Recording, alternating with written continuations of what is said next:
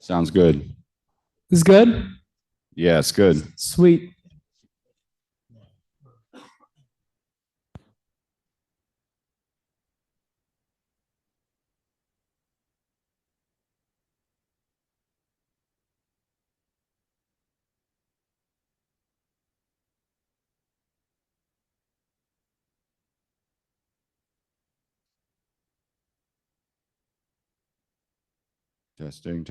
Testing for Jim, testing for Zoom. It is coming through on the Zoom. It's coming through on the live feed. Live, going out to billions of humans nationwide, worldwide.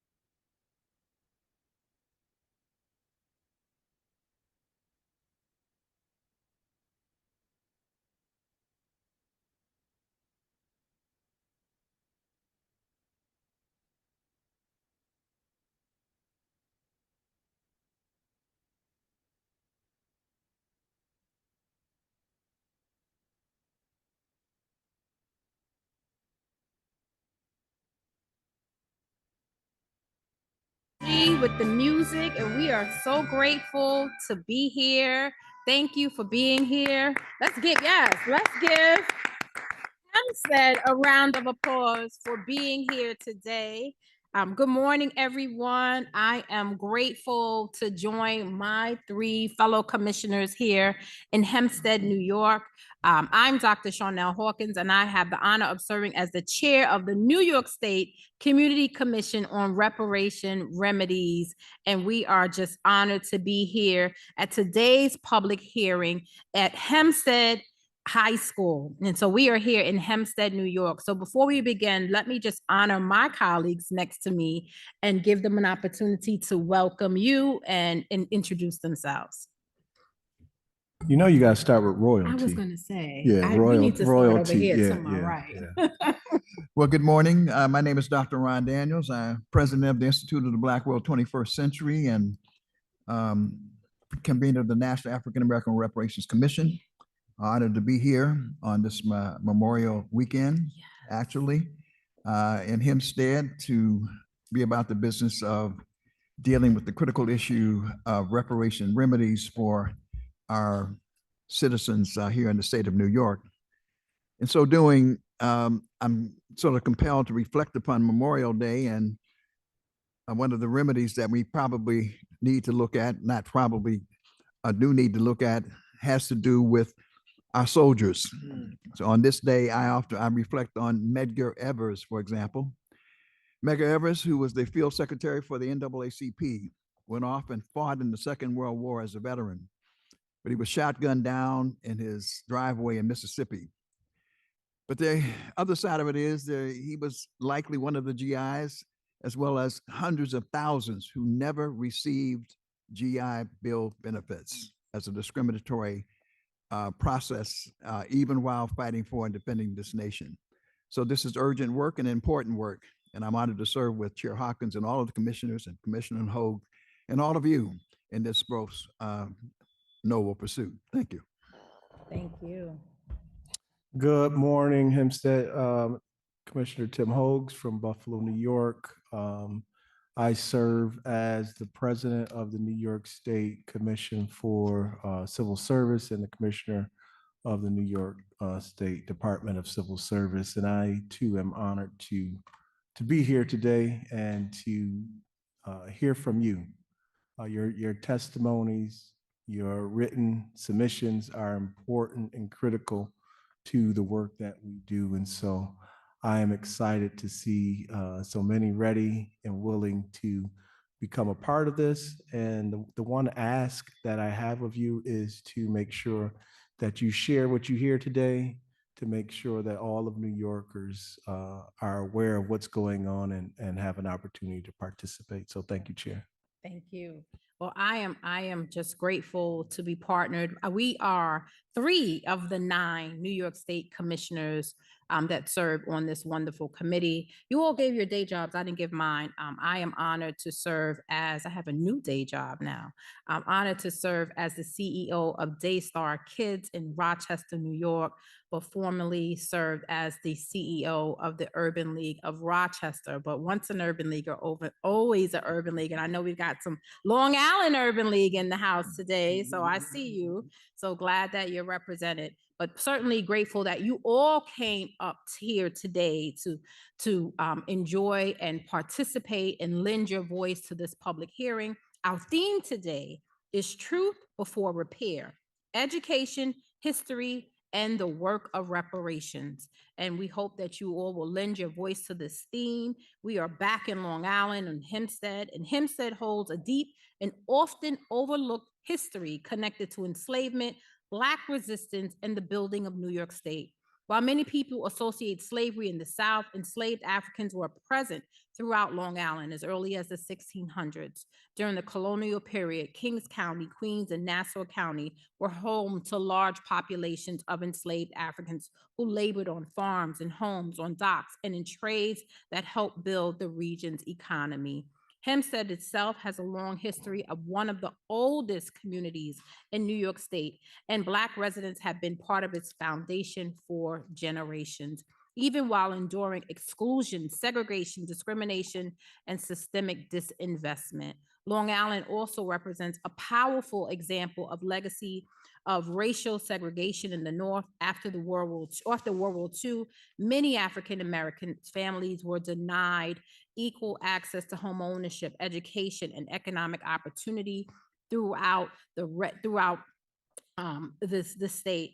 Certainly, we saw that in redlining, racial covenants, and discriminatory lending practices, exclusionary development policies. And of course, Dr. Daniels just spoke of that. These practices contributed to the racial wealth gap and educational inequities that communities here continue to confront. And so despite these barriers, Black communities in Long Island have built strong institutions, whether it be cultural organizations, civic movements, the churches, faith-based communities, educational advocacy networks. They all have continued to push for equity and representation and justice. We are especially grateful to be hosted here at Hempstead High School. I want to acknowledge the principal of this school, Dr. Stephen. I want to thank him for his leadership and the opportunity to be at this beautiful, beautiful campus. We were just admiring this campus. I went to high school in Brooklyn. Shout out to Brooklyn, but it didn't look like this. Yes, didn't look like this. This is a beautiful campus. And so thank you, Dr. Stephen, for allowing us to be here. And also to the Hempstead Superintendent, Gary Rush. Thank you for your leadership and allowing us to be here on this Memorial Day weekend. We are grateful to be here. So with that, I want to also just thank the people of Hempstead because you came out on a holiday weekend. We want to acknowledge that this is a Memorial Day weekend. It's a Saturday morning and you are here. So let's give you a round of applause. So again, we're at Hempstead High School, a school that has served generations of young people in this community and represents the importance of education, opportunity, and community voice. Public schools have often been at the center of both struggle and progress for Black communities. From the fight for educational equity or the demand for fair funding, cultural responsive education, and safe learning environments for all students. So today we gather to continue the commission's work of examining the legacy of enslavement and continuing impacts on African Americans in New York State. So we are here today to listen. We are here today to learn, and we are here today to bear witness. And most importantly, we are here to ensure that the experiences, the histories, and recommendations from this community inform the final recommendations from this commission that we will deliver to the governor and legislature. So we want to thank you again for being here and being involved in this process. So at this time, it is my honor to bring our great Assembly Member Szilagyi here and to the podium. And she is, as you know, District 22, but also the co-sponsor to this bill. And so the commission would not have been established without her leadership.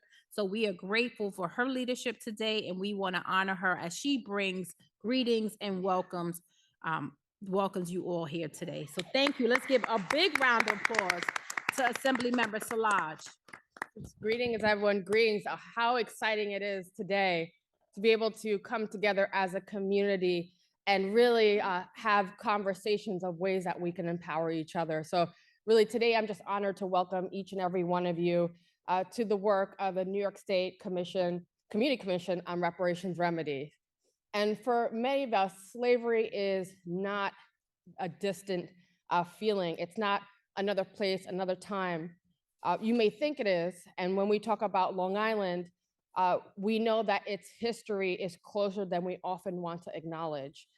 New York is not untouched by slavery. Long Island has been home to enslaved Africans who built the wealth, cultivated the land, worked households, and contributed to local economies while being denied freedom and opportunity. And although slavery had formally ended generations ago, we know that its vestiges still continue today. And so I appreciate the commission for making today's theme, Truth Before Repair. because the truth is a foundation upon which lasting solutions must stand. So as we talk today, I know many of you are native Long Islanders. I know many of you, and I appreciate you taking your time here and coming and having this discussion. We are reminded every day of the disparities that exist on Long Island, whether it's home ownership, wealth accumulation, educational opportunities, environmental burdens, healthcare outcomes, and the lack of our communities to have even sustainable hospitals. The access to economic mobility, which is often denied to us, it's not anything new. And we see the patterns of segregation and redlining that has packed us and stacked us into certain communities and denied us access to many other communities. It's what we live to every day as Long Islanders. And so we have to really identify ways that we can move to greater fairness and opportunity. And as I said, someone from Long Island, every day I'm fighting for you in Albany. So when we talk about how we came together and passed this beautiful law to create this commission, I'm just deeply thankful to every one of the commissioners for accepting this responsibility. And we have to give them a round of applause because it's an unpaid position, right? They take their time and energy to go across the state, and I've been watching them because they are an independent commission. And I've seen that, forming and coming together, collaborating at times may be challenging, but they have risen to that challenge. And I appreciate them every opportunity. And I thank all of you, community members, advocates, nonprofits, civil rights leaders, everyone who's joining us here today to talk about how and what reparation looks like here in New York State. So our task is simply not to just study history, but to better understand how we continue to shape the present and the role that public policy has, especially in this time when we see Black political empowerment down south and all over this country being diluted. Our work here is essential because New York has always been a firewall to political power, giving us and allowing us to be able to fight for our communities. So I thank you all, and I look forward to continuing these conversations. If you know anyone who is not able to be here, they still can submit testimony. They can go to the wonderful website. And I also want to acknowledge the Reparations Commission staff as well, who are helping facilitate that. Thank you so much. So again, thank you to everyone, and I look forward to hearing your comments and concerns. Thank you. Thank you, Assembly Member. And we want to, first of all, acknowledge that we have Assembly Member Noah Burrows here of District 18. This is your community. And so we want to, if you would like to bring greetings, we're glad to give you the microphone. And so thank you. Let's give our Assembly Member a round of applause.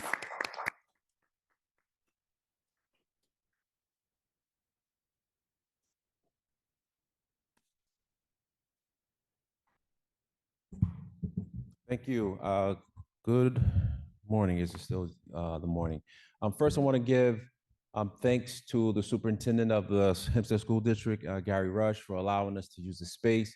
He was so gracious in doing it, and it was not a thought that he had, he would give us the space. It was something that he just said, of course, let's do it. Also, I want to give thanks to Dr. Strong, principal of Hempstead High School, and all the rest of the staff. As well, we have school board member Joylette Williams here in the audience. I want to thank her as well because they also had to approve it. So thank you all. Reparations is something that here in Long Island, it should be something that's really very dear and near to everyone's heart, because there was a time where wealth was distributed, and wealth was distributed here unequally. After World War II, there was government entities, government loans that allowed World War II veterans to purchase homes. But because of specific laws that were written, designed specifically to ensure that Black people did not get loans to purchase homes here in Long Island, it made it something that's very, very difficult for people to have equity in terms of generational wealth in Long Island. So reparations, this conversation, the tour that the commission is doing, I want to give you a great credence and great credit for doing this because it's needed and it's well overdue. I think we have to continue to make sure that we get people involved to understand what the commission is working to do and make sure that the community has a voice and making sure that everyone's specific examples are heard. I know, times people, they look at individuals and they say, hey, you're successful, you don't need reparations. But there's a lot of people in someone's family who may not be in the same position as the person that you're talking about. There's a lot of inequalities that took place that hurt individuals. So the purpose of this is actually to see how can we restore that. And so again, I want to give you great credit for it. And I want to continue to hear to see what the community has to say about this. So thank you. Thank you. Thank you, Assembly Member. Next, first of all, we want to acknowledge that our elected officials are tirelessly working even on a holiday weekend. So we want to thank you for being here. We have another elected official. We have our Nassau County Legislator, Vivian Russell, here. We want to welcome you. If you'd like to bring remarks, we honor you with the microphone today, and thank you for being here. Let's give her another warm welcome.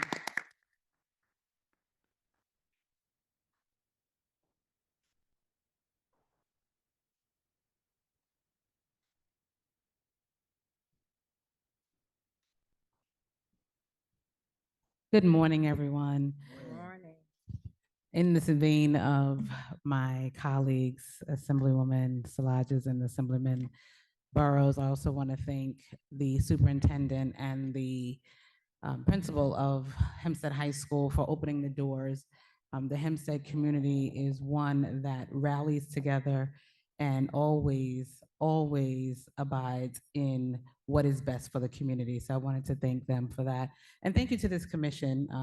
I want to say a special thank you to Mikhail Salaj for inviting me here this morning. It's so important that we as elected officials stay involved in the process. You elect us to be your voice, but we also need to hear your voice. And so I'm thankful for all of you that came out this morning to be here. And to this commission, thank you for volunteering your time to do this great work. We talk about the inequalities here in New York State, but particularly here on Long Island, because there's a perception that Long Island is very, very wealthy. Even if it is wealthy, it does not mean we do not deserve reparations for the wrongs that were done to us. And so I want to make that clear. On Long Island, whether you're wealthy or not, it does not negate the fact that we deserve reparations for the injustices that have been done to our families. It doesn't matter where you're from. It doesn't matter where you're from now. We deserve reparations. And I want to thank you so very much for the work that you are doing to right the wrongs that were done to our communities and our families. So thank you again very much. Thank you to the Hempstead community for being here. Thank you. We thank you for being here with us today, Legislator Vivian Russell. With that, we are going to get ready to prepare to hear from you. And we want to if you haven't seen the work of the commission, or if you haven't joined a public hearing in the past, this is our opportunity to lift your voice, to speak to the theme, for you to share your experiences, for you to provide testimony, and for you to give the commission recommendations for our report. As you know, we have a report that will be that we will be submitting to the governor, to, of course, our bill sponsors in the legislative body, to ensure that we have one research-based report. And part of that research is going around to the public hearings. This is our 19th public hearing, number 19. And we are really proud of that we have been going around the state, learning, listening, and typically a public hearing begins with an education session. This session, we prioritize your voice. And so if you have not had an opportunity to sign up to provide your public testimony, there are sign-up sheets in the room. I even think Melody might have some. We want to thank our team. But it's an opportunity for you to provide to provide us a recommendation, your testimony, and what you witnessed and why this work is so important. And so we want to thank you for that. So quickly, I just want to give you a little bit of information. we've already heard from our elected officials, but I want to direct you to just the work that we've been doing. As you know, there has been an effort for a long time to have reparations, and we want to acknowledge our great leaders on the federal side. So that it was introduced, the first reparations bill certainly has been introduced by, we want to acknowledge Congressman John Conyers Jr. And late Representative Sheila Jackson Lee, continuing to bring forth a reparations effort. Unfortunately, that has never come to pass in Congress, unfortunately, but the fight still continues. And so, but in New York State, we want to acknowledge that this bill was passed in December. And we are grateful. In December of 2023, our great Governor Hochul signed the legislative bill, and that is Bill 1163A, and establishing this commission. And so our bill sponsors are Assemblymember Szilagyi, who's here with us today, and we're so grateful. Let's give her another round of applause. We can do better than that. Come on, we're in Hempstead. Thank you.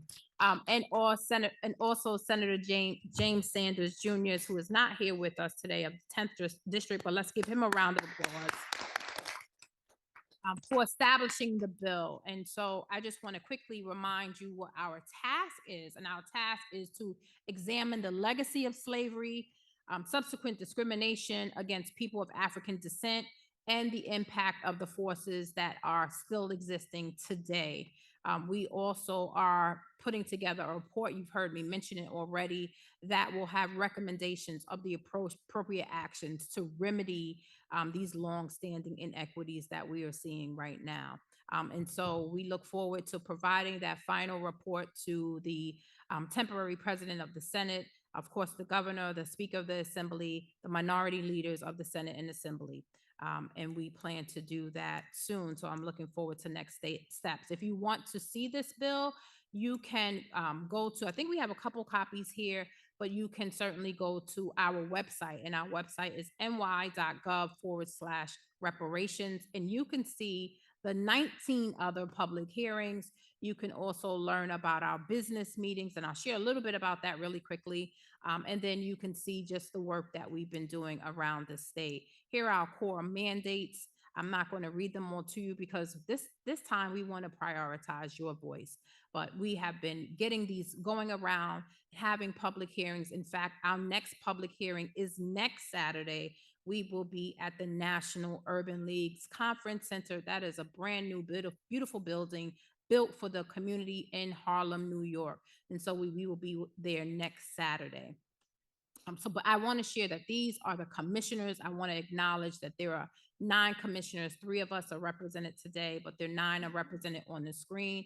But certainly we cannot do this work without the leadership of the staff, because as we've already heard today, none of the 9 commissioners are paid. We all are volunteers and have full-time jobs. But we have a team of vendors that are staff that have been working with us. And I want to acknowledge that Adem Jakwazi, our executive director, is here. If you could please stand. Thank you, Adem. Thank you for being here. Adem just started with us in March, so we're just getting fully staffed up. Melody Harkness, our operations manager, she is somewhere around here, but we want to give her a round of applause. And so us being fully staffed looks like what you see here on your screen. We now have our general counsel, India Sneed Williams, Jesse Adwar, who provides administrative support, Stuart J. Mitchell, our parliamentarian, and then we have a comms team, a research historian and policy analyst team, economist team, and then of course our audiovisual team, so that we can stream this live for you each time. For those that are not able to come in person, you can always join us. So in case you can't join us next week in Harlem, you can always stream in online. You can also watch the past videos either on our website or on YouTube. We also have an executive committee. I just want to go back and just acknowledge that the executive committee really provides the support to the staff through the times that when we're not in interim, when we're not meeting, but making sure that the staff have a support and some guidance on behalf of the commission. So we want to acknowledge our executive committee, but also acknowledge that we want to hear from you. And so if you go to the website, which I've mentioned already, ny.gov/reparations, that's our official website. But you also have an opportunity to, if today you're inspired by what you hear, or maybe you felt like you don't have all of the words you want to say put together, or your ideas fully developed, you can send us an email. You can send us an email, or you can even call in and just share your recommendations or your policy recommendations to the commission. So the email is on the screen here, and we all receive a copy of that email, which is a great opportunity for us to be engaged with you. And so you can email us, or you can, as you are here today, those that are here in Hempstead, you can attend a public hearing. And so we have two types of meetings. And the business meetings, we learned last week that folks don't like to attend our business meetings. But our business meetings are where we get to do the primary work. And so this is where we take care of our internal business. We have internal discussions. We vote on next steps for the commission's work. And so those meetings aren't as exciting because we're not hearing from your voice, but it is an opportunity for us to conduct business. And those meetings are open to the community. We just had one 2 weeks ago, and we'll continue to do that work. So you'll continue to see those meetings. You can watch a business meeting online, or you can attend a public hearing like you are today. And our public hearing is where we provide an opportunity for the community to lend their voice and provide testimony relevant to the theme or what's important to them. And so you're talking about why you believe or not believe reparations should move forward in New York State. And so we look forward to hearing from all of those that are with us here today in Hempstead. As I've said, you can provide written comments, or you can get involved by calling in. I want to just share that you can call in and you can learn more about that by looking at this screen here. But the number is 518-473-3997. So you can call in and lend your testimony. I want to make sure that you all are reminded that we have an opportunity for you all to speak. And so that opportunity to speak is by signing up. We have a form here. Right now, we have a few people that want to speak and share their testimony, but you can sign up. And so, Melody, if you can get another form for individuals, and so that they can have an opportunity to speak. I'm going to go back and I'm going to take my time really quickly just to share one screen that I think is really important. So if you all would give me an opportunity to share that. If anyone wants to speak, just raise your hand. They will be sure to give you a form.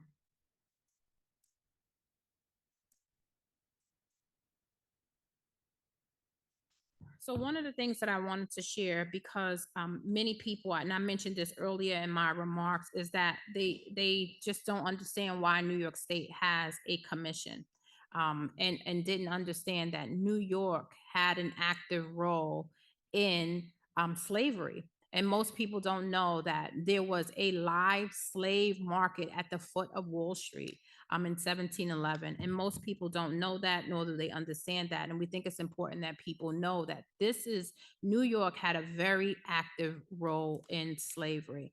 And so one of the things that I wanted to bring, slavery was introduced to New York City when the Dutch settled in 1626. Those are early writings that we have about that, where African men and women were brought here to New York State. And there were egregious crimes against individuals, Black individuals, African Americans here right in New York State. So we think it's important that we just highlight that and make sure that you understand that there was a slave trade right here in DC. Thank you. I mean, in New York State. I'm sorry. I also want to make sure that you understand about the pervasiveness of slavery. There was the census record. You could see how this documents how widespread slavery remained in New York State, especially after abolition. New York State did not fully abolish slavery until 1827.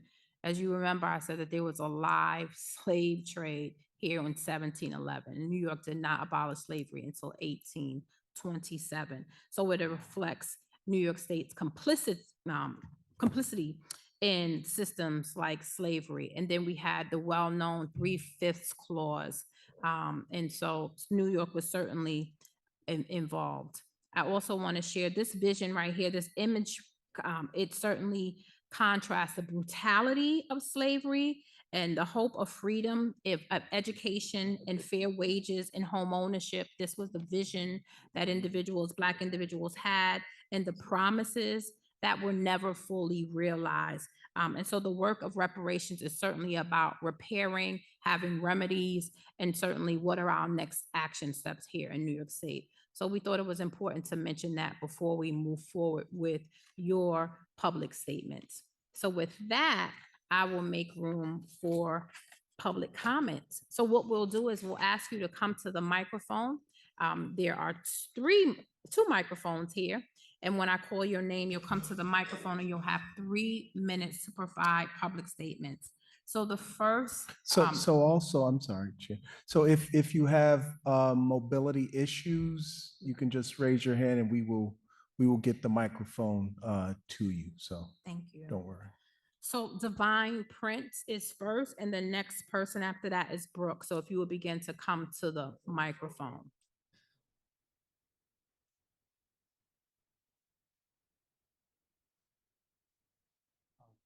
I got the clock somewhere? So right. Oh, it says 10:54. Okay. I'm going to use my phone. Okay, cool. I just wanted to make sure. So if you give me 1 second. I didn't get a chance. Oh, there we go. I didn't get a chance to time myself. So set. we go right Okay. into it. It's set. Thank you. I'm gonna need that. I can keep it honest. Where is this at for us? Okay. So every speaker, if you could just announce your name and if you're with any organization before you provide your Hold on, testimony. The clock already started though. So Can we we'll restart get, the well, clock? you Yeah. know, we got you. Okay. We'll restart the clock. Do you see it restarted yet? Yeah, All we're- right, Okay. let's go. All right. Good morning. My name is Divine Prince. I'm the current president of the U.S. Freedmen Project. Earlier, Dr. Ron Daniels mentioned the GI Bill, so I wanted to bring everybody's attention to HR 1725. That's the Sergeant Isaac Woodard Jr. and Sergeant Joseph H. Maddox GI Bill Restoration Act of 2025 in the House of Representatives. It is a lineage-based bill, and that is what makes it constitutional. And in 2022, as we were educating the public on this idea of constitutionality and moving beyond race-based policies and initiatives, that ran us directly into the bill that created this commission. And at that time, we were a young, naive organization, and we took a meeting with said Assemblywoman Salages. And that was our very first meeting. So we naively laid all of our cards on the table and told her that we were looking to have this bill be constitutional because having it based on race is unconstitutional. And we told her that, as American freedmen, we believed that it was our duty to make sure we got it right. And she told us that as a Haitian American and a member of the Haitian Roundtable organization, whose motto is, as Haitians, we are keepers of our legacy, she understood us and she felt for us and she would work with us. Unfortunately, that was the last meeting we ever had with her and she never returned any of our phone calls. And that's because her position on reparations is the Pan-African race-based model. Now that sounds like it should just be a difference of opinion that we can get over. Unfortunately, race-based policies are unconstitutional whether we like them or not. And we have only been proven right since that first meeting with Salages when we see the race-based affirmative action getting torn down, the race-based fearless fund getting torn down, the Black farmers not be able to get their resources because it's a race-based bill. And now we see race-based districts being torn down all throughout the South. Why? Because the Equal Protection Clause of the 14th Amendment protects us from all white policies, but it's a sword that swings in both directions, and it prohibits all Black policies, whether we like it or not. And African American is a race-based term, a federally recognized race-based category. Its definition is anyone with origins in the Black racial groups of Africa. That means American freedmen and all Afro immigrants to the country are African American. So any legislation written with that language is going to get thrown out. At the hearing in Rochdale, I was there as well and told the commission that Edward Bloom said that he's coming for everything that comes out of New York because it's a race-based bill. We have a way to do it, and that's through status. And at my last 10 seconds, I want to make sure I honor and give a shout out to Assemblyman Noah Burrows. He is on our disaggregation bill that helps us solve this problem. So I'm asking Member Salages, will she join her colleague, sign on to A6341, and help us move that in the Assembly and the Senate? Thank you so much. Thank you.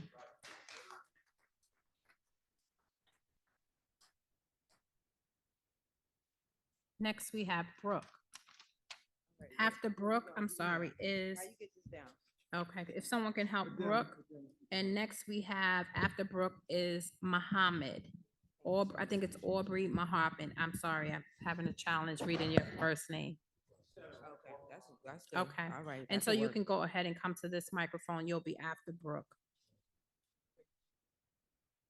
Assembly Member Salages, let's be very clear. The people you descend from did not build, cultivate, or develop the land we are standing on today. You stand here pushing a bill that is not only deeply flawed, but unconstitutional at its core. You praise nonprofits in public, but when the U.S. Freedmen Project raised concerns, you shut them out.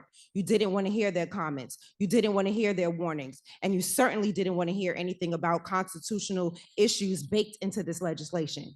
You have worked overtime to undermine this entire commission by attacking its foundation, a foundation rooted on specific historical experience of foundational Black American freedmen whose ancestors were enslaved in the United States. Instead of respecting that lineage and that legal claim, you are fighting tooth and nail to secure a status for individuals who are not citizens, who are not voters, and who are not the people who elected you. You show more urgency for non-voting populations like TPS than you do for actual constituents who put you in office. That is a betrayal of responsibility. Now, to Sylvia Vivian Russell, yes, it does matter where someone is from. Reparations is in the United States. Reparations in the United States are owed to the descendants of those enslaved by the U.S. government on U.S. soil. That is a specific lineage, a specific harm, and a specific debt. Peoples whose ancestors were enslaved elsewhere have their own governments to petition, and many of them are. That does not erase, replace the claim that Black Americans whose ancestors were enslaved here. Dr. Ron Daniels spoke about the history of slavery right here in Hempstead.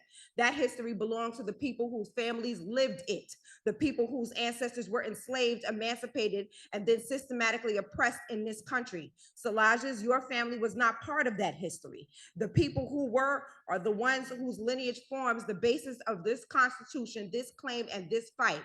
And that's why this matters. This is why we will not allow the lineage-based foundation to be erased, diluted, or replaced. The debt is owed to the people whose ancestors endured it here, and we will not let you rewrite the truth. I want to thank the grassroots for funding us for being here today. And if you want to send emails to Salages regarding this, go to BREUCK calltoaction.com. That's BREUCK calltoaction.com, and send emails to her and all the other legislators regarding this unconstitutional bill and regarding our delineation and disaggregation bill that is now stuck in the Finance Committee in the Senate. Please send emails to James Sanders, who is the author of the bill, but refuses to bring the bill for a vote in the Senate. Thank you. Thank you. So next is Aubrey Muhammad. Thank you. Peace in the name of Allah. I'm Aubrey Muhammad. I pray that everyone is well. To be simple and clear, reparations is compensation and atonement for foundational Black Americans who built the foundation of America. And we have received nothing in return but a Holocaust that is unatoned to this day. And off the jump, coming in here, something that's wrong with the energy from this commission and those involved. It seems like a stall tactic. You're right here in Hempstead. It's right, slavery was here in the 1700s. In this area, Democrats, you fund what you want. Right now, Democrats and Republicans, you have teamed up together to gentrify this village. This village was basically Caucasian in the 50s. Then in the 60s, our people came up from the South. My mom came up here in 61. White flight. It was all black town, village, up to the 90s. Democrats, you imported from South America replacements for us. Foundational Black Americans who have not been compensated for our exploited labor that built America into a superpower that attract these scabs. Scab is a replacement, cheap replacement, exploited labor. That's all you want them for. They're buffers, a scared class. Because foundational Black Americans be fed up with this crap. You're gentrifying this village. You're importing Latinas to displace foundational Black Americans back to the South. And Democrats and Republicans, you team up for that. You imported 25 million, Democrats, you imported 25 million of these import replacement buffer class for your voting rolls. And you prove the energy from this commission is not towards us. You just, my man, you just put him at the head of the commission, I believe it was. I heard an African name. That's not a foundational Black American. How would he have empathy for our cause? He don't feel our pain. He's not from the soil. This is all you do. Thank you, Mr. Muhammad. You know, reparations is for foundational Black Americans. Trump just proved he looked out for his people, gave a compensation plan, 1.7 billion for his team. Look out for our team. We demand, or else. Thank you, Mr. Muhammad. And to anyone that does not have the opportunity to finish their testimony, as said before.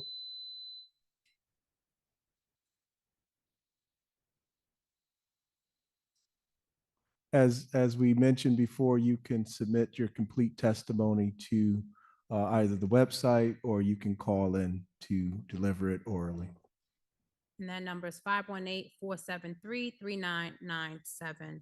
So next we are going to have, we want to thank you for signing up. Next, we are going to have James Hodge, and I apologize if I've mispronounced your name, and William Moss are next. Okay, and is that, can you just tell me your name? James Hodge. Okay, thank you, Mr. Hodge, for being here. So next we have William Moss and Lynette Battle, and then Susan Gottrear, I'm sorry if I'm mispronouncing that, will be next. So William Moss, are you here? Thank you, Mr. Moss. Well, Mr. Moss is coming down because we know it takes a little time to come down the steps. Lynette Battle, if you can prepare.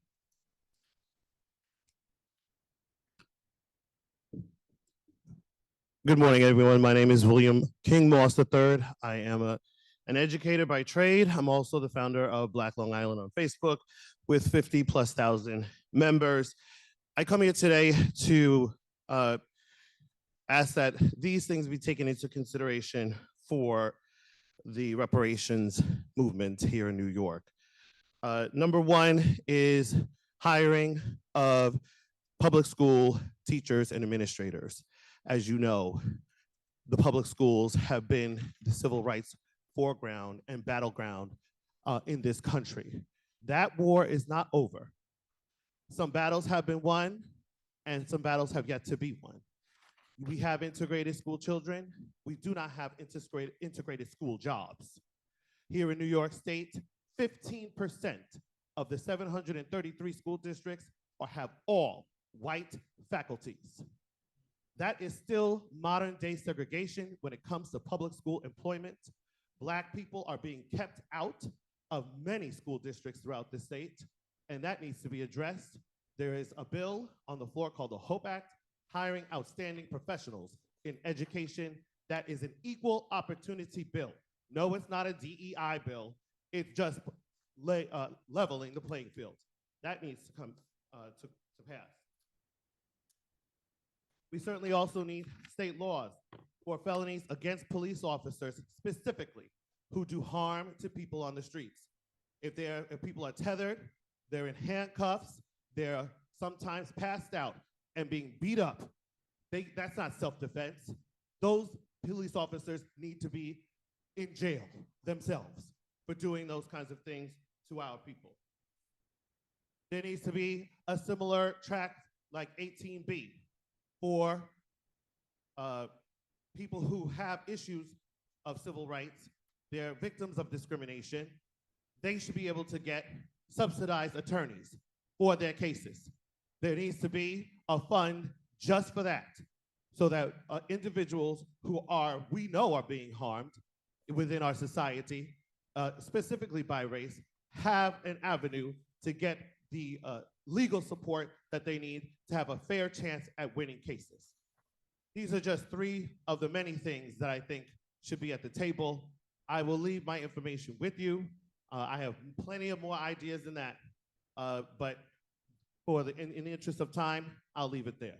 Thank you, Mr. Moss. And I want to just remind you that you can send this via email to us at reparationscommission@reparations.newyork.gov, please. Thank you. Thank you for being here. Next, we have Lynette Battle, and after Lynette Battle, we have Susan Goddard. Good morning, everyone. My name is Lynette Battle. I hail from Valley Stream, New York. I support reparations because for me, this is not history in a textbook. It is family history. I am a foundational Black American. My parents were sharecroppers. My grandparents were born in the direct shadow of slavery, and my great-grandparents were enslaved. The harm and economic impact did not disappear. It passed from generation to generation. I appreciate these bills, acknowledge the need to study the legacy of slavery and discrimination. But one of my concerns is that Black Americans have been studied for generations. We cannot allow reparations to become another report that sits on a shelf without action.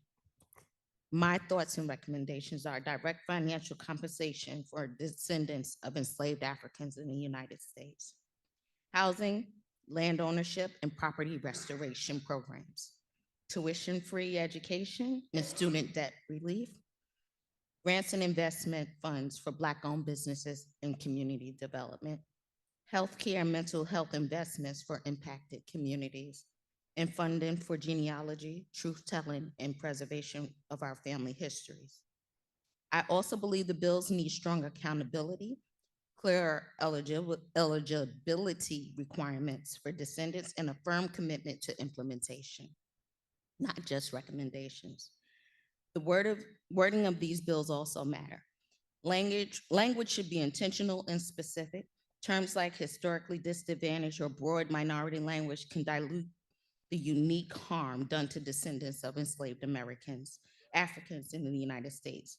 The legislation should clearly acknowledge slavery, sharecropping, Jim Crow, redlining, exclusion from federal programs, and generational wealth theft, and who was directly impacted by those systems. And quite frankly, it is difficult to watch this country suddenly find money and political will for funds and protections connected to January 6th hooliganism and insurrectionists, while still hesitating to fully acknowledge and repair the lasting harm caused by slavery, segregation, and systematic discrimination against Black Americans. That contradiction is painful and deeply offensive. Reparations cannot just be symbolic. The damage was systematic, generational, and economic, so the repair must be as well. Thank you. Thank you. Thank you. And Ms. Battle, just want to acknowledge that if you want to share anything additional, we will welcome that.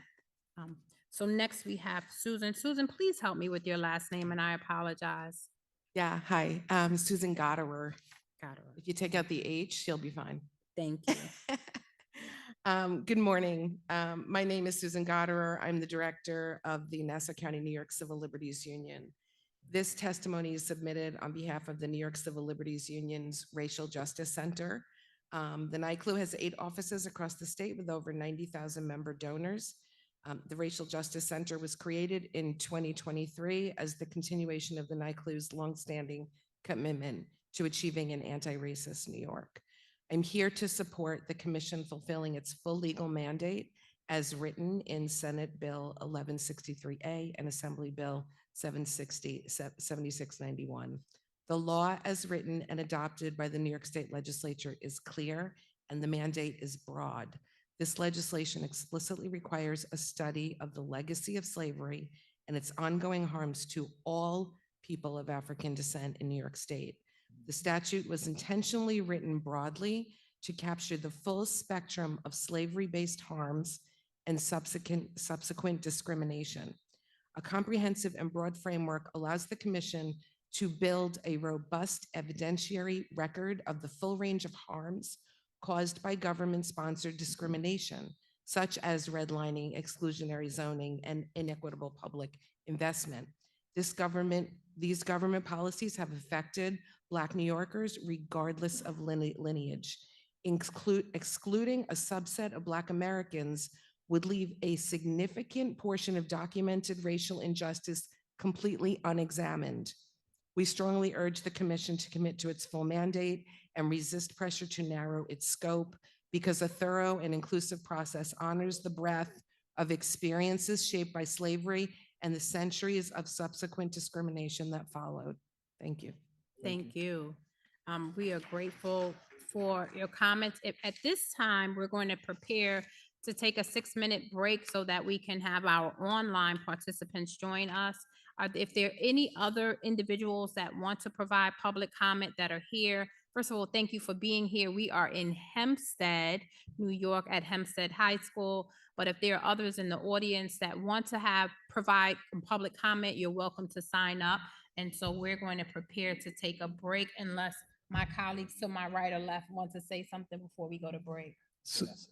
So I will make a quick comment, and I know someone in the audience had a question, and so we will come have a conversation with you. So this period here is just strictly to hear from the public. So we don't have a back and forth as far as that. So whoever had a question, we will make sure that we come see you. All right. All right, we'll take a quick break and we look forward to our virtual portion. And so thank you, Hempstead, for being here. We are in Hempstead, New York, and we will be back shortly. Thank you.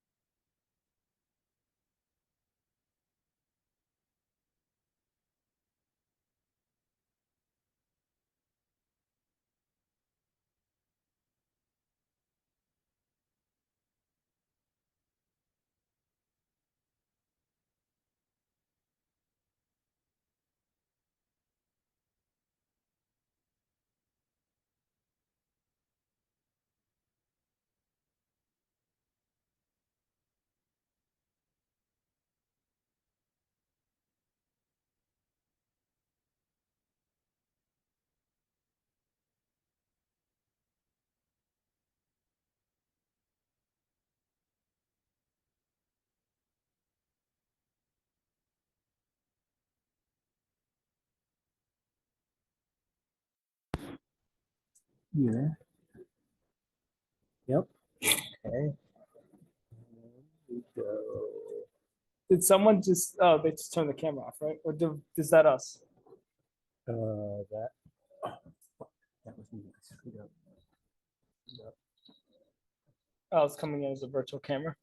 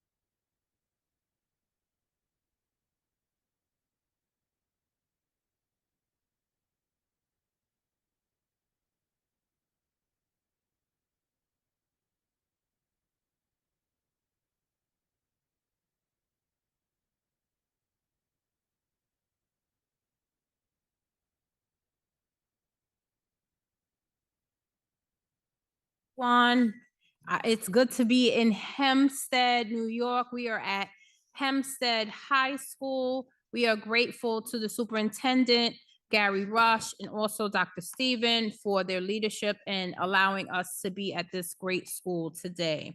And so we are looking forward to our virtual portion. And so I'm looking forward to the cue that we are ready to begin virtually. We have 3 individuals that are joining us virtually. And so first we have In the Box Media. We also have Yvonne Anderson.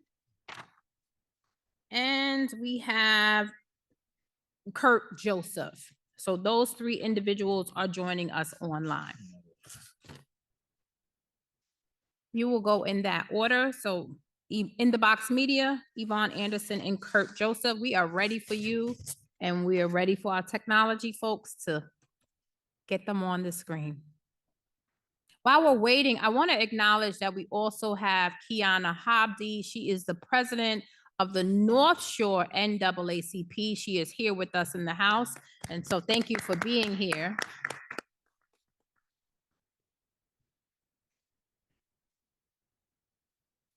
While they are getting the tech ready, I'm going to call, we have two other speakers that are here in person. James Hodge, if you would like to come to the microphone, and Denisha Marshall, and forgive me if I've mispronounced your name at all.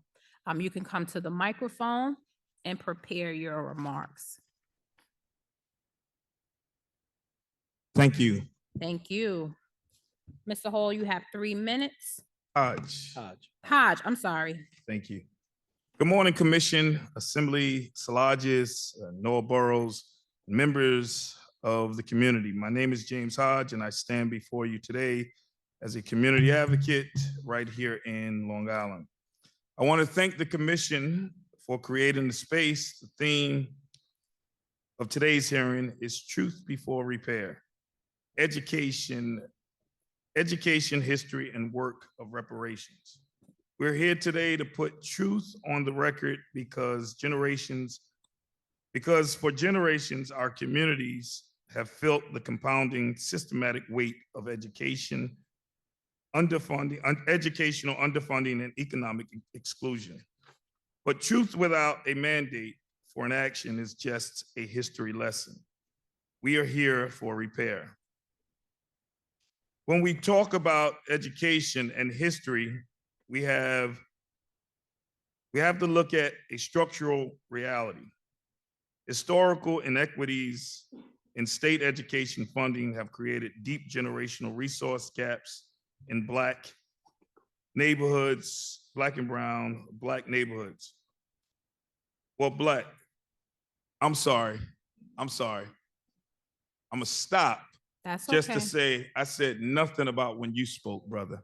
And I give you total respect. And if we're speaking about respect, we should just respect each other no matter what we feel.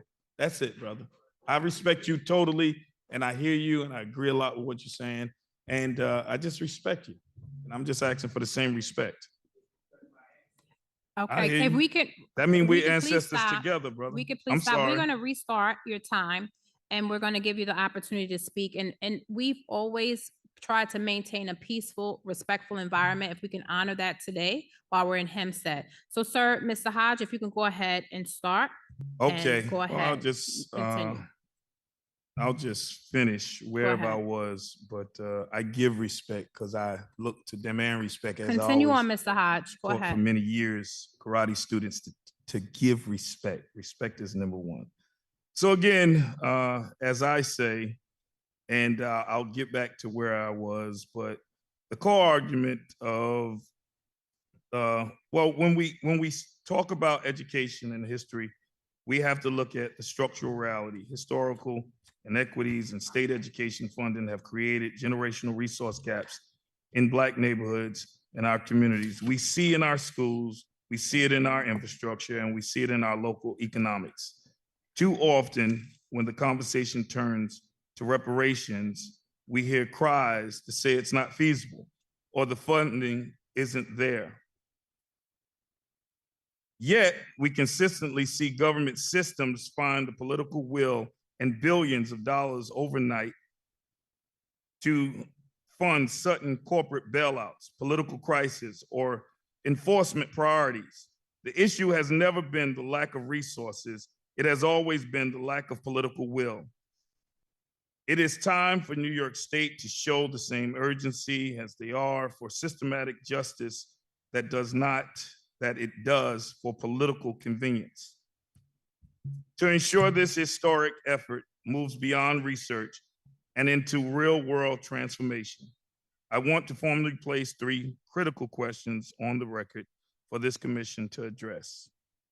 What specific mechanisms in the commission what is the commission exploring to ensure that the final recommendations include legally binding permanent funding equity for historical underfunded schools in our districts? What is the structural timeline and enforcement strategy to ensure these research findings are translated into actual legislative policies rather than sitting on a shelf as another studied report? How will the commission guarantee that any permanent funds or resources distributions established from this work are governed directly by community-led oversight boards comprised of local advocates and descendants? True repair cannot be one-time grant or a symbolic gesture. It must be permanent structural overhaul that reinvest in our youth, our schools, and our communities' economic future. Remember, proper preparation, the 5 Ps, as I always say. Proper preparation prevents poor performance. Thank you, Mr. Let Hodge. us You've prepare gone a over your bold, time, concrete but road. thank you for Thank you being so here. much for You your can time. finish your comment. You can actually, if you want to go to the back of the room or on your cell phone, call 518-473-3997 and finish your statement. We certainly want to continue hearing from you. We have 3 people virtually, but I want to make sure that I make room for the individuals. So the virtuals, if they can just hold for a second. But we've got Denisha Marshall, and then I'll have one more in person. I have Medina Laval. I want to make sure if you're here, you can come to the microphone as well, so that we can just get our individuals that are here in person done and make a minute break so that we can get our virtual folks available. And so if you could just introduce yourself and you'll have 3 minutes. Can we get you, can someone help her with the mic so that we can hear I her? don't know if it got turned off or not. Yeah, something happened. See if it got turned off. There it is. It's, I don't, I for hear the some, tapping. can you get her that microphone? Thank you. Thank you for being patient, Ms. Marshall. We're glad you're here. Hello? There Yep. you go. Hi. There we If go. we could restart the 3 minutes. Hi, thank you guys for having this open forum. My name is Denicia Marshall. I am African-American who was raised between Brooklyn and New York. I did my undergraduate at Stony Brook. I'm also a graduate of Adelphi University and Teachers College. And I'm gonna say that and I work in education. I work at York College. So I'm going to say that throughout my educational journey, there is so many inequities, including even if a person of color, especially African-American, has the privilege of going to college. Throughout that journey, you're going to see a lot of inequities. You're going to see some of what I've witnessed is Stony Brook, private study sessions for people who are white only. You're going to see the allowance of professors, white professors, allowing white students to cheat while the African Americans have to stay seated. So there is so much to unpack here. I mean, we could go around neighborhoods and see the inequity in just the infrastructure. But when you get actually into the system itself, it's so much from the people who get grants, from the people who get the best internships, that it's going to lead them to management roles.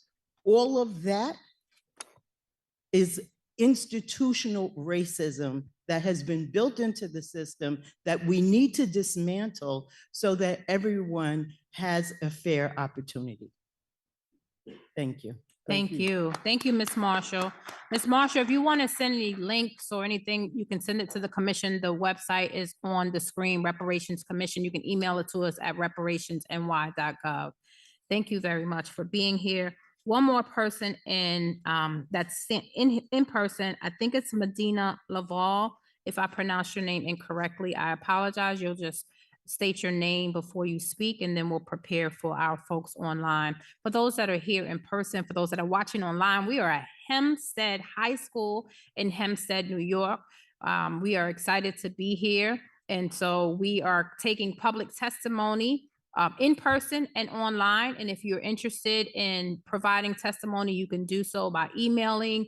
You can stay connected with the commission by emailing us or learning more at ny.gov/reparations. So we are grateful that you are here, Ms. LaBelle.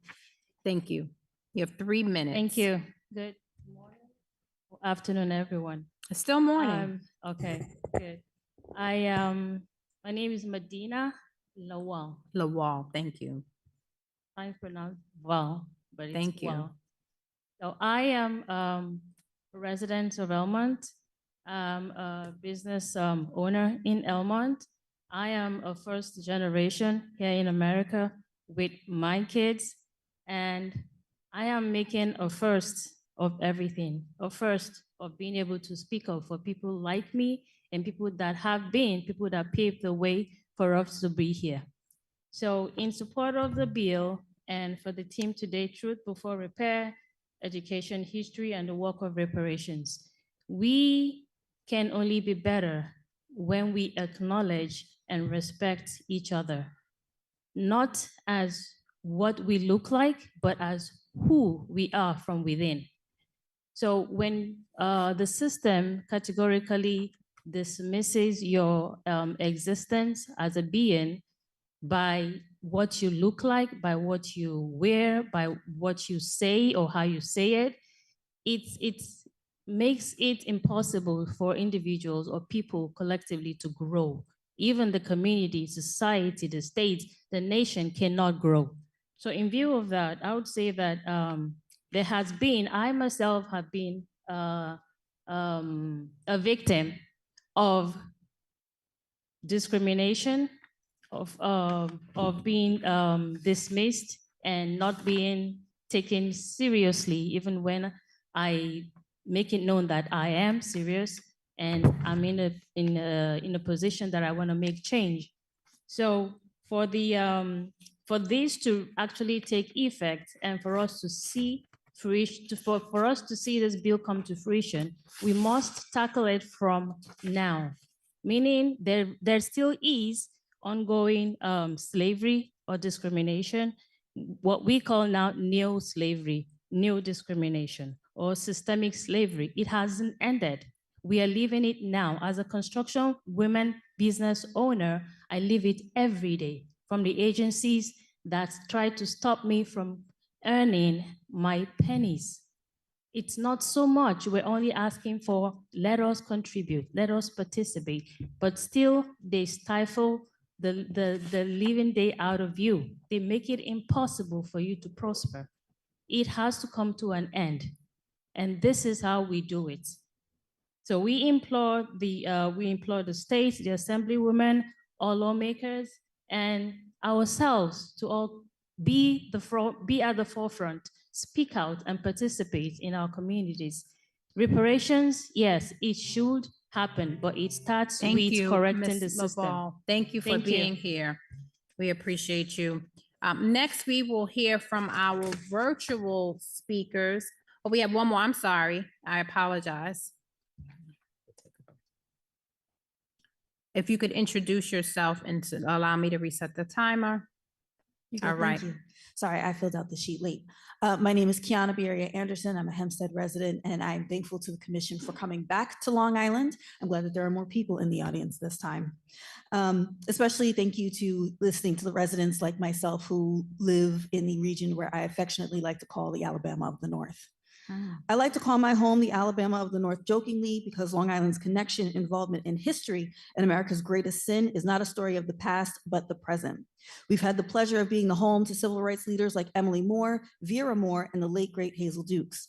My church's former home in Wantagh was built by freed slaves and was historically designated a landmark by the town of Hempstead. Only after they played legal games with my pastor, costing my church's family our historical church home. It's now the home to a growing Muslim community, which again is the target of racist tactics, preventing them from using this landmark site for their faith. On Long Island, the long-term impacts of slavery have resulted in a region segregated by race and class and exploited in as many ways possible. Nassau County was successfully sued in 1997 for shifting the majority of the property tax burden on Black homeowners. Instead of continuing on the path of fairness, Nassau County residents are now expected to grieve their taxes, a system that disproportionately benefits the wealthy and negatively costs Black residents the opportunity to become and stay homeowners. The town of Hempstead is the largest Black township in the region. The township has raised taxes on its residents, the highest to date in history in 2023. Another example of economic exploitation. Black Long Island residents continue to be the economic engine of a region with targeted racist policies. Nassau County has had stints of zero contracts with Black contractors, daycares owned by Black women threatening to close, and Black businesses struggling to stay open. Strangers come into our communities buying homes through tax liens, and our students are still subject to racist remarks while playing sports with majority white teams. Black communities are experiencing environmental racism with overdevelopments, brown water chemicals, and PFAS and other substances in our water. We continue to be over-policed, and there is a legitimate argument to be made that the more money you give Nassau and Suffolk police, the more crime goes up, with police officers being involved themselves in drug trafficking and human trafficking and other domestic violence and other criminal activities here on Long Island. Long Island needs specific intentional calls for reparations because we are so far behind in this conversation still to date in 2026. It is my hope that the commission finds a way for there to be conversations of accountability for not just Black Americans, but for white Americans. Because here on Long Island, to know your history is to know your truth, and that is the only way to move forward. Long Island is one of the regions that has also been home to a Nazi camp. We know our history, and the only way forward for us to actively engage in proper reparations conversations is to fully dig into this soil and cleanse ourselves. Thank you. Thank you. Can you repeat your name again? Kiana Bieria Anderson. Thank you. And if you didn't get to finish your statements, please call in at 518-473-3997. We're going to just take a 1-minute break to allow our technology to make room for our virtual folks.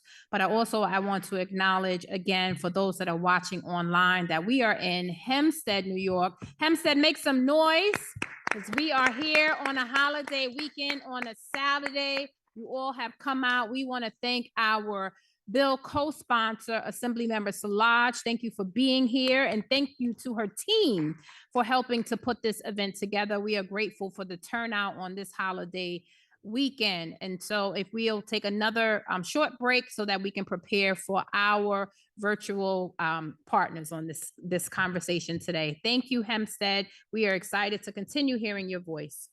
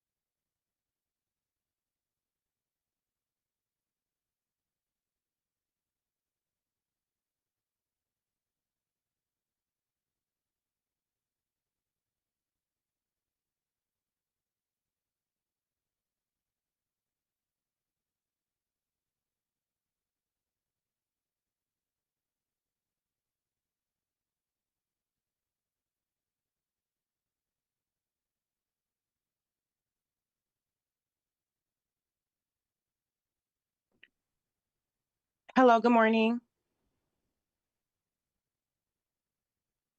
Hello. Good morning. Good morning. Okay, let me just see if I can. Hello, good morning.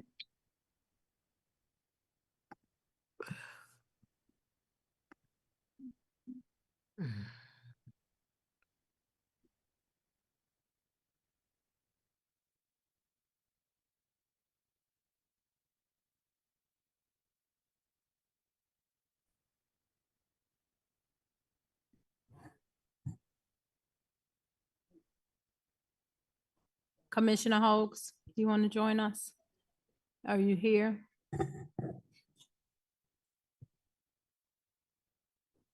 Yvonne, can you hear me? Yes, I can. I'm just trying to get this yellow screen off. It's the public comments is now open. So I'm ready to speak whenever you. Yeah, we can hear you. So I'm just going to set the timer. Okay. And then you can go ahead and begin. Unfortunately, we can't see you, but we're going to move forward because we've been waiting for your testimony. So you can begin now, Ms. Yvonne. Do you want me to camera on now? Yes, we're ready for you. Okay. Good morning, everyone, and thank you all for giving us the opportunity to discuss reparation. And I would like to say it is very important that reparation is awarded to Black Americans. In parentheses, I would say foundational Black Americans. Based on generational cash reparation due to the lost opportunities that we were not given. Reparations is being discussed throughout the world. Africa is also crying for reparation, and also Caribbean island countries are also expressing their concerns and the opportunities to have reparations awarded to them. It is important that reparation be given in the form of cash payments so that it can immediately be used to assist us in economic opportunities. And with that being said, I would just like to express my gratitude for the panel in allowing us to have this opportunity to express ourselves about this very important matter of reparation. Thank you. Thank you so much. Oh. Thank you so much for your testimony. And I believe we are going to In the Box Media, that is virtual, In the Box Media. Hi, good morning. Good morning. Yes, I am In the Box Media. I'm an independent journalist coming from Mount Vernon, New York, Westchester County. And this is my first time ever speaking on these panels, so bear with me. When we speak about reparative compensation, we must understand that the economic conditions many Black Americans, aka foundational Black Americans, face today did not happen by accident. They were created through policies, enforced through laws, and sustained across generations. Even after slavery ended, Black Americans was promised freedom, but freedom without protection, resources, and economic stability left millions vulnerable to new systems of control. Jim Crow laws legalized segregation and stripped Black communities of equal access to education, voting rights, employment opportunities, and public resources. Entire generations was forced to survive without systems specifically designed to limit advancement. At the same time, redlining became one of the most devastating economic weapons used against Black families. Black Americans were denied home loans, denied access to certain neighborhoods, and denied the opportunity to build generational wealth through property ownership, one of the primary ways wealth is transferred in America. While other communities accumulated equity and financial stability, Black families were often locked out by banks, federal policies, and discriminatory housing practices. The consequences of these policies did not disappear. They continue to affect wealth gaps, school fundings, neighborhood resources, healthcare access, and economic mobility today. Reparative compensation is not about charity. It is about accountability for measurable harm. If policies were intentionally created to economically disadvantage a people, then policies can also be created to repair that damage. This is not only a historical issue, it is a present day issue with historical roots. And if America is willing to acknowledge the profit gained from generations of exclusion, then it must also be willing to discuss what repair looked like for the descendants of those who carried those burdens. Justice is required more than remembrance, it requires action. And I also want to say that I feel, in my own opinion, as a Black American, foundational Black American woman, my great grandmother migrated from Virginia to New York in the 1940s. She was chased off her land that she owned in Virginia. My dad's father is from North Carolina. Okay. I feel like reparations should be lineage based of the Americas, of USA, and of American soil. I get that we have other groups of people coming from Africa, Caribbean, and South America, but this is not of y'all. Is that the time? Yes, thank you Okay. so much. And once again, if you have additional testimony that you would like to submit, please do so at our website, or you can call it in. So thank you once again. We are going to go back to our in-person testimony, and I believe we have a Kiana Anderson. No? Oh, okay, you already went. Okay, thank you. And people were asking out in the hallway, who was that? And so, yeah, they appreciated your testimony. And please submit that as well.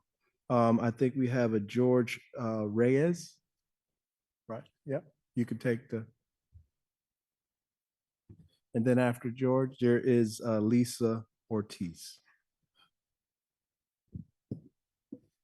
Thank you very much. And if it would be all right with you, I just would like to correct my record. My name's Jorge. I'm sorry, Muñiz Reyes. So say it again for us. Jorge, that's Jorge, and two last names. Muñiz, Muniz, then Reyes. I know the government likes to chop off our names, but my name's Jorge Muñiz Reyes. Thank you. Thank you very much, sir. Please reset. Yeah, may I start? Yeah, I was going to say, please reset your time to 3 minutes so you didn't lose time. Yeah, good. First of all, good afternoon, good morning, and thank you to everyone that's assembled here today for a very important conversation about justice. As I said, my name is Jorge Muñiz Reyes. I've been in Hempstead as a worker, taxpayer, got to work most of 2024, and I've come very, very often here. It's a community that reminds me a lot of where I grew up, not far on, well, I still consider it part of Long Island. It's Brooklyn, but I guess it's the County of Kings, and we're in Nassau County. And we got a different government here led by tyrannical Republicans, you know, that I've worked most of my life to try to oppose because they're hurting all of us. Whether you're Black, Mexican, red, yellow, brown, we all in the same boat. We all targeted by white nationalist racists that want to go around and kidnap us. And by the way, let me just, I hate to give my back to my neighbors. I'd rather give my back to the government because they're not trying to help us at all. We know who's been in power and who's in charge right now. And it's sad and shameful that they do in studies about reparations when it's been clear in this day what they got to do to repair and give justice, give freedom to the Black, Mexican, indigenous communities and peoples that have been here long before the European white nationalists showed up and will be here long afterward. Give them everything that's due to them, full justice today, not tomorrow, not a study, not another government panel, today. And you know what? One act of reparation they can do for my family can start immediately because they got a couple work days left in their Albany work session. And the Democrats who assembled this idiotic government panel can do a very helpful thing. In the budget they just passed, They said that they're going to outlaw the Blakeman immigrant caging jail, which, by the way, charges 60% of people who have never even committed a crime. They're caging there for $200 a day. Bruce Blakeman is collecting those checks in your name. That's blood money as far as I'm concerned. And I know what we got to do with blood money. We got to abolish it. And these fools don't want to go all the way. The way to go all the way is called the New York for All Act. And you got to talk to everybody, starting with Noah Burrows, starting with Kiana. I'm talking about everybody. Go to Mr. Bruce Brewington and tell these fools to do their fucking job and pass the New York for All Act and abolish ICE. Give freedom to everybody. Give freedom to the black man, the Mexican woman, the families that have been terrorized by these white nationalists long enough. Abolish ICE, abolish these clowns, put real people to work, put the neighborhood, put the freedom first. Fuck these clowns. Have a great day, y'all.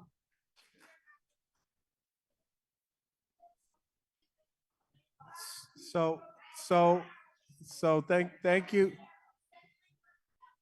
Thank you.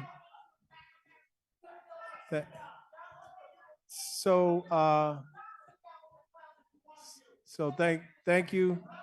Next we are going to Lisa Ortiz. Lisa Ortiz, thank you so much. If you need a second, you can take a second.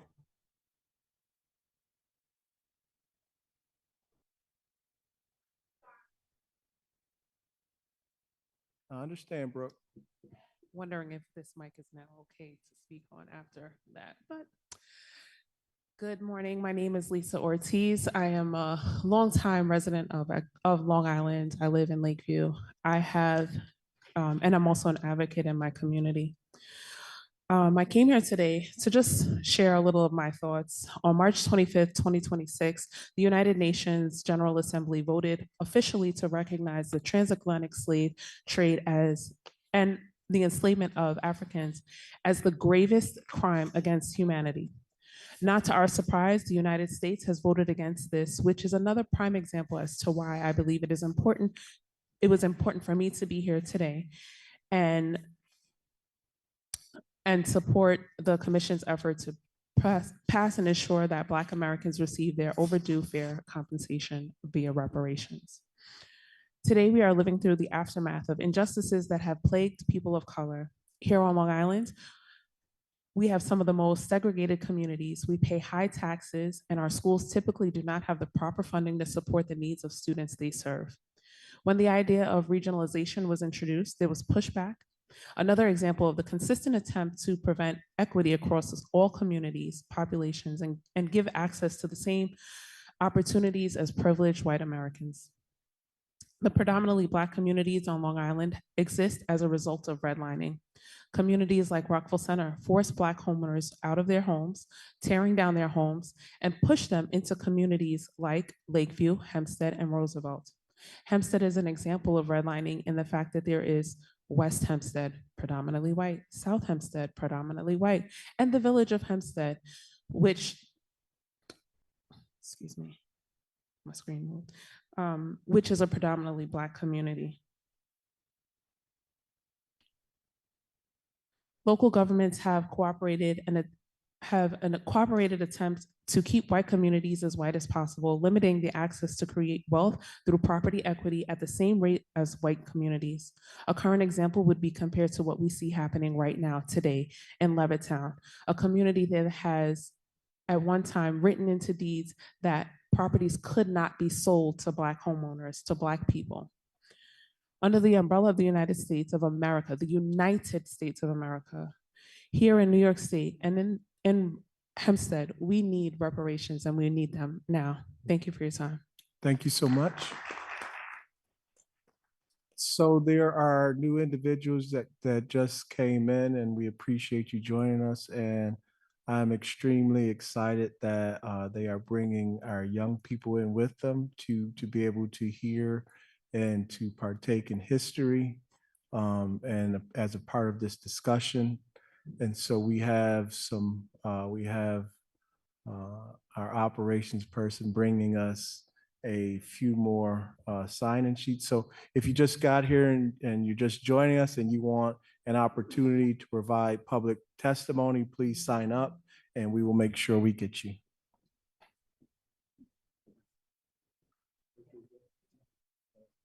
back up there. After this one, we'll do Kurt. And what's this pronunciation? I'm gonna ask Dr. Can you help me with that?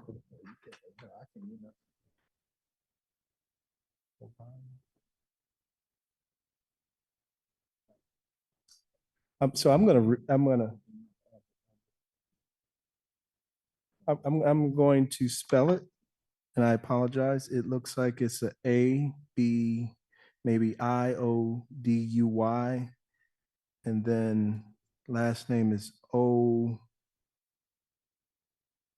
Jay, do we have someone? Okay.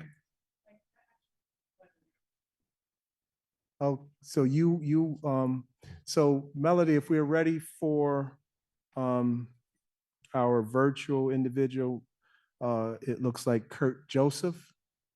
If we have our virtual Kurt Joseph is ready to provide testimony. Yes, I am. Thank you. You have 3 minutes.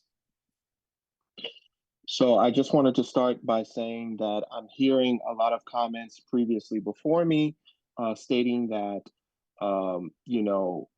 reparations and this discussion should only be for the lineage of those who are descendants of African slaves in the United States. I wanted to be clear and state that there is a film directed by a Long Island resident who is of Haitian descent, who lives in the United States, who directed a documentary called The Forgotten Occupation. I would like to submit that film as evidence as to why we need to think about reparations on a global perspective, not just a domestic policy. Reparations is not a domestic policy solution, it is a global policy solution.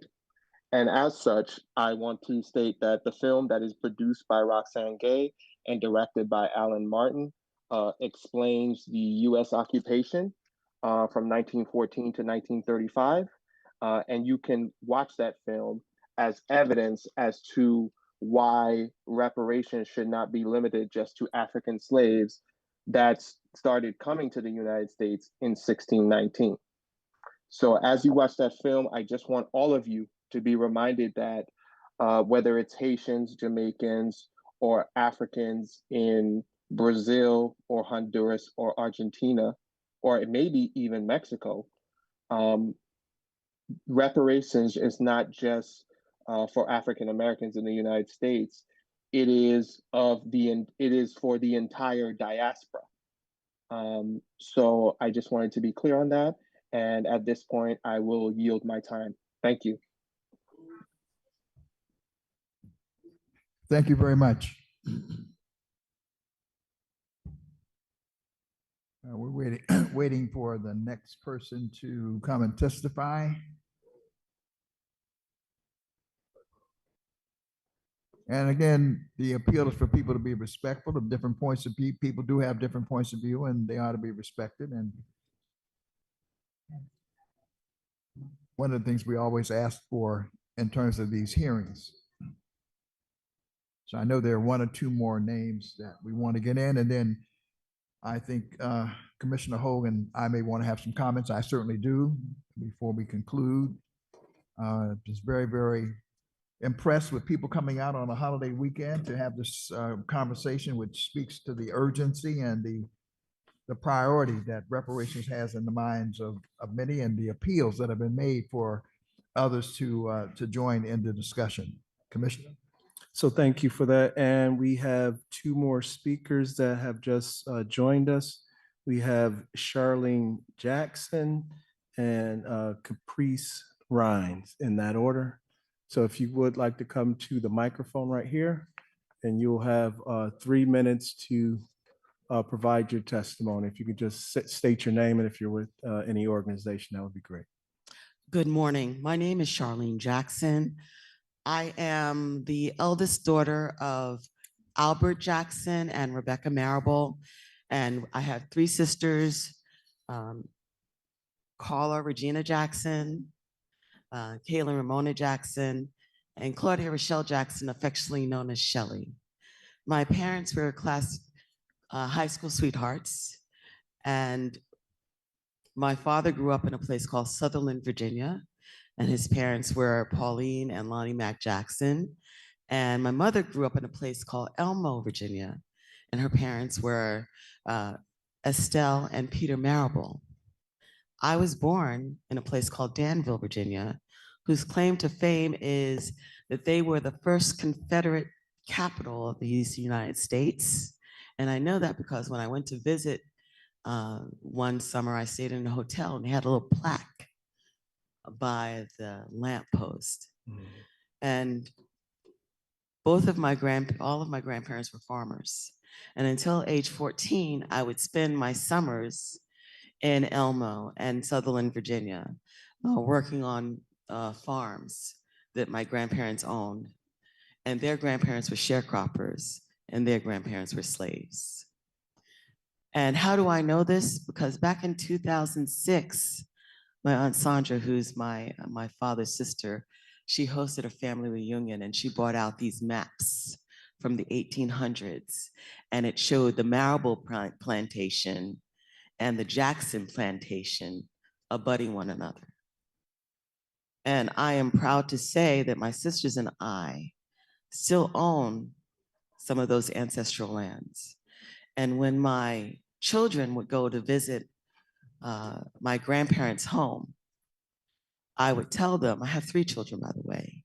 Justina is my oldest, Trevor is my middle child, and Jada is my baby girl. And we would often go back at least once a year to our ancestral home. And I would tell them, look up at those stars. These are the same stars that our ancestors looked at who were slaves. And we are the manifestation of their hopes and dreams. So don't forget who you are and from where you come, because we have a charge to keep to make sure that all those struggles, that survival of the Middle Passage and those years embraced in slavery, when they would hope for a better day, we have that charge that we are now responsible to keep. And I'm proud to say that I actually went to a place called the College of William and Mary in Williamsburg, Virginia. For those of you who may know, Thank you so much for your testimony. If you want to submit additional testimony, you can see the website on the screen to email it to, or if you would like to do it orally, you can see the number to call it in. And you can leave as much testimony as you would like. My name is Caprice Rhines. I'm a resident here of Hempstead, New York. My grandparents migrated from Harlem. They actually came from Barnwell County, South Carolina, known as Aiken. And I know that we tell our oral stories because back then they didn't allow a lot of us to write. My grandmother was Lucille Robinson Green. They were part of, they opened a school in Aiken, South Carolina, which was Bettis Academy. My grandfather was one who raised a lot of the racehorses in Aiken. They came to New York for a better life. Then they came to Hempstead. Actually, my aunts and them graduated from Hempstead High School. They were one of the first Black people to buy homes here in the Heights on Harvard Street. But what I'm saying is that my grandfather had to drop out of school at 5 years in the 5th grade to help feed his family. And then at 65 years old, he got his GED. And after that, he didn't stop. He went to Nassau Community College and he obtained his doctorate in theology. We have to stop allowing people to do what they do to us. They do owe us reparations. It's time that they pay up. Now they're trying to take everything from us. We are the only minority. I'm not saying minority. I'm an indigenous. I don't call myself African American. I am an indigenous American Black person. I'm born on this land. And we have to accept who we are. Some of us don't know who we are. I know who I am. It's time for us to accept who we are. This is our land. It's no one else's land. They migrated here. Their families migrated here. We did not migrate here. And we built this country. And we need to be we have to have reparation for the work that our families did. It's not just education, giving us college, because they're taking that away from us, giving us voting rights. No, we deserve those rights. and we have to do better for one another. We are not combative. They say we are combatives. We have to be collaborators. What you did here is awesome. Whoever put this together, my hat's off to you. It's time that we come together and get what belongs to us. My grandfather bought his house, and then he bought a house in Freeport, and he opened his business in Freeport. It's time for us to stop coming against one another and come together. My philosophy is many hands make the load light. If we put our hands together and stop people from stepping on us, we can do what we need to get done.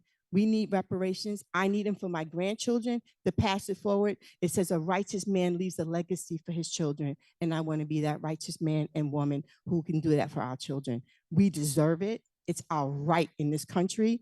If they offered the Sioux Nation $500 million for their land, we need a piece of the land, our 40 acres and a mule. Thank you. To my, and up front, are you ready to provide testimony at this time? That's okay. Is there anyone else that has come in and wants to provide testimony into the public record at this time? You would like to? Okay. If you could step up to the mic. Dim, is this microphone working now? Okay. If you just state your name for the record. Hello, everyone. My name is Matthew Darchev. I'm from Westbury. I'm very happy that this meeting came together. I'm always happy to see the public and politicians coming together to have this tough but very necessary conversation about a very fraught topic, reparations. I want to say for the record that I absolutely support reparations, that I don't think we have a proper democracy in the United States until Black people are made whole and are able to fully participate in that democracy, in that society, for the record.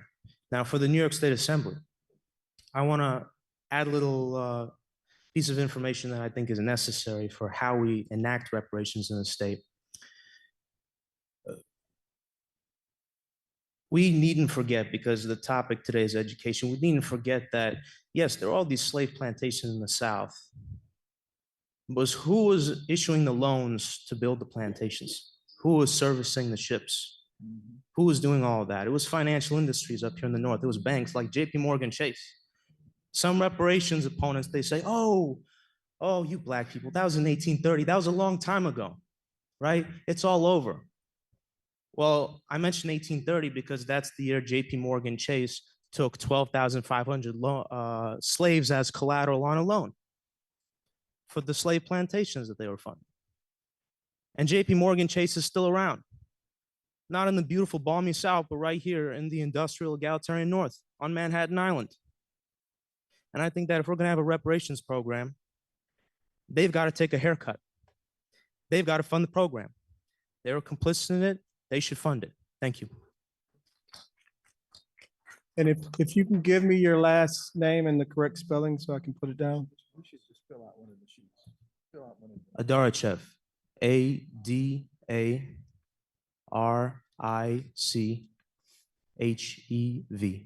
Thank you. Is there anyone else that has not signed up that would like to provide public testimony at this time?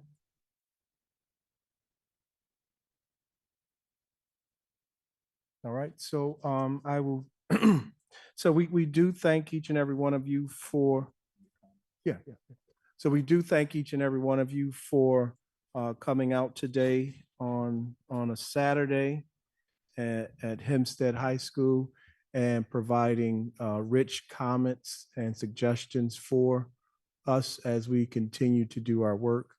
And so now I want to give space to Commissioner Dr. Daniels to provide some comments and thoughts as we continue. So Dr. Daniels. Well, thank you very much, Commissioner. And I too want to join in commending all who came out on a Memorial Day weekend for this rich conversation, a central conversation. I have a series of random comments actually, and The first one has to do with the fact that the last speaker, actually, I just wrote down my notes several minutes ago, the role of corporations is an area that I'm in because I also serve on the subject matter experts and theme subcommittee for the commission, and we've been flushing out these themes. And I was just thinking about, I know we've covered gentrification in a number of areas, but I don't think we actually have explored. We've alluded to it, but I'm not sure we've had a specific hearing on the role of corporations, financial institutions, colleges and universities in New York involved in the slave trade. For example, it's just recently come out that Harvard University was directly involved in the enslavement process. So that does need to be excavated, and that's something I think we should certainly do. I would like to also point to an area of, I don't want to say, well, in some ways, it is an area of contention. There was a reference made earlier, particularly to whether or not Haitian Americans and other immigrants or immigrant communities should be awarded reparations.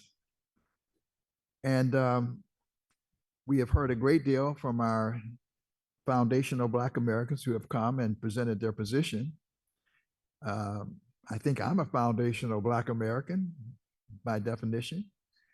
And I do appreciate, it seems, some evolution and development in the position, because reparations is not only for enslavement, it is for all of its legacies. That's why the bill says reparations for enslavement and its effects, if I recall the way the language reads in the document. The debate has been over, however, who those effects apply to. And I do recall in one of our earlier hearings, and I wanted to pull it out for that reason, is that early on when there were assaults that took place in New York, early on in the colonial era, that not only were there persons who had been enslaved, recently enslaved, but also there were immigrants from Jamaica and Haiti who were assaulted and who were victimized by that racially exclusionary attacks in that period. And so the point is that reparations is, yes, for those who are foundational and who were enslaved, but if one looks at the effects of enslavement, if you come to someone like Abner Louima, who was brutalized here in the city of New York, or Amadou Diallo, they're not quote unquote foundational Americans, but there are people who are in the city and because of the color of their skin and their heritage were brutalized.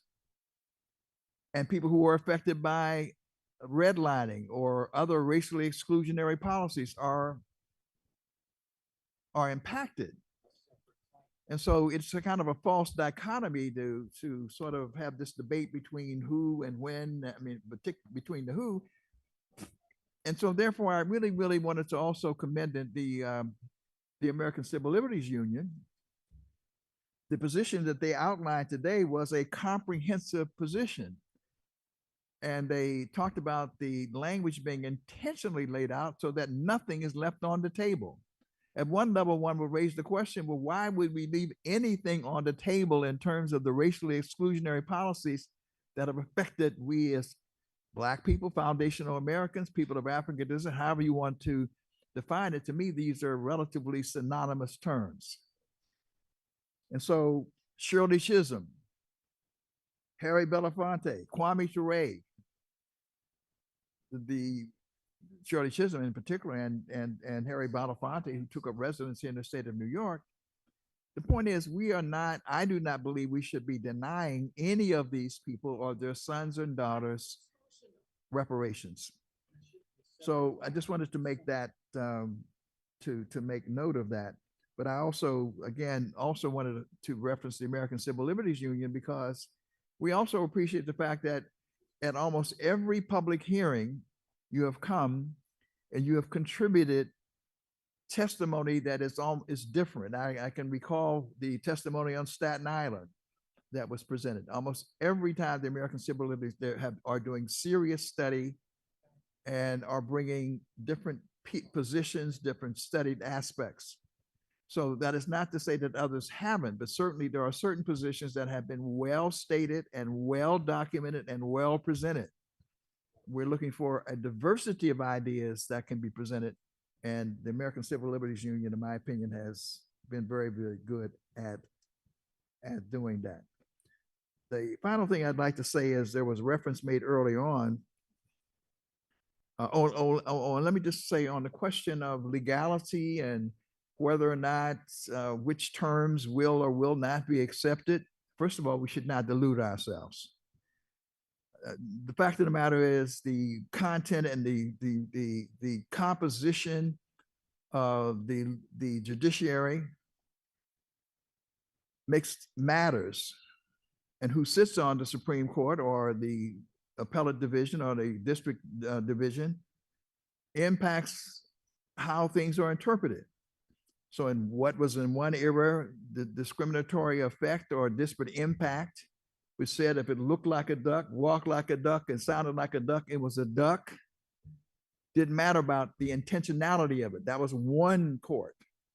Now we have a different court that has a different philosophy. And that philosophy is indeed correctly very adverse to anything that seems like and smacks of race. So the idea that we feel that we can somehow craft something that will not in some way look like it's racial is somewhat problematical. However, we do have a legal team, we have legal counsel, and there are a whole body of lawyers who in fact are dealing with an injury and harm-based, let me say that again, an injury and harm-based proposition in terms of how to present reparations. And the question is, will that survive this current Supreme Court or the survive the current judiciary? We don't know. But what we know is that there is hostility towards anything that smacks of race, and however it's interpreted, we should not delude ourselves into feeling out that somehow this court will not, in fact, potentially be hostile. My final point is that there was a reference made to the federal legislation. I don't want people to think that somehow the federal legislation has not been a successful effort. It has been a very successful effort. In fact, under the leadership of the Honorable Sheila Jackson Lee, with whom I had the privilege of working, and with the HR 40 Strategy Commission, we did have enough votes, both in the House and the Senate, under the Biden administration to take it to actually pass the bill in the House. But given the nature of how the laws are set up, we would not have been able to get it done in the Senate. So the outlet is an executive order. But there's a huge amount of votes and co-sponsors that were amassed. That leadership is now being provided by Congresswoman Ayanna Pressley from Massachusetts. And it's really a matter of waiting sort of a shift in the composition of the Congress before another effort will be made. But it is more likely to be done by executive order, and it will happen. HR 40 is going to become the law of the land. But it may take us a moment to get it. But there's been very successful organizing leading us right to the prefaces of getting it done.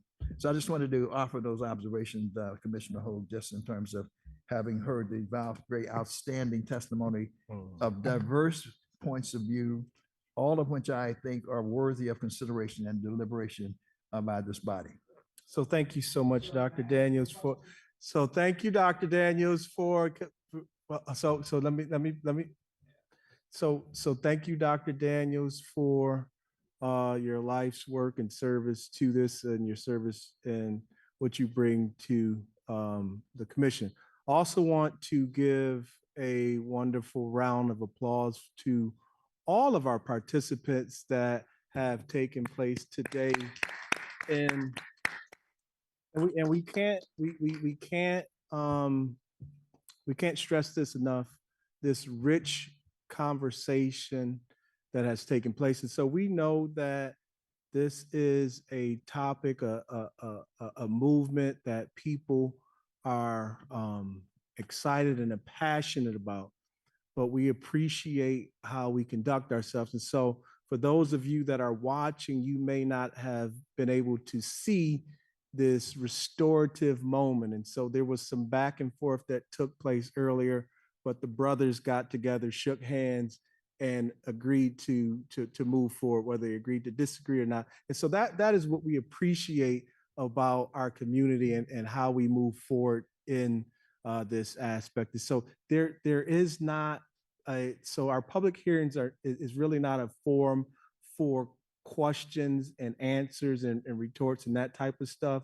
So our ancestors, so Jews, so so they paid so I so sir, I thank you for I thank you for I thank you for showing up. And once again, I want to encourage everyone to that is able to make it and is willing our next public hearing. And so once again, this is an opportunity for the public to provide testimony to the Reparations Commission.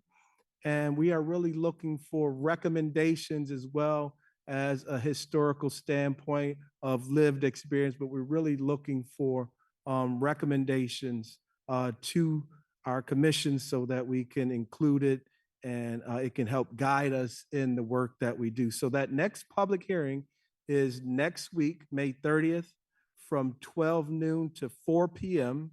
at the National Urban League Conference Center, and that's located at 117 West 125th Street in New York, New York. And that zip code is 10027. Yeah, yeah. And so I'm going to ask one more time, is there anyone else that would like to provide public comments that have not provided it thus far? Scanning the room and seeing none, I'm going to ask our Assemblywoman. You don't want to close us out with any closing word? So we want to thank Assemblywoman Salages and her team for bringing this together. Some doubted that individuals would come out on a Memorial Day weekend to participate in this necessary work. And so Hempstead, you have proved them wrong. And so we thank you for your participation, and we ask that you continue to stay involved in this work. For those of you that have family members or circles that may not be familiar with this work, we're asking that you help spread the word about what's going on in New York and the commission. So we thank you, and this will conclude our public hearing at the wonderful location of Hempstead High School. So thank you so much.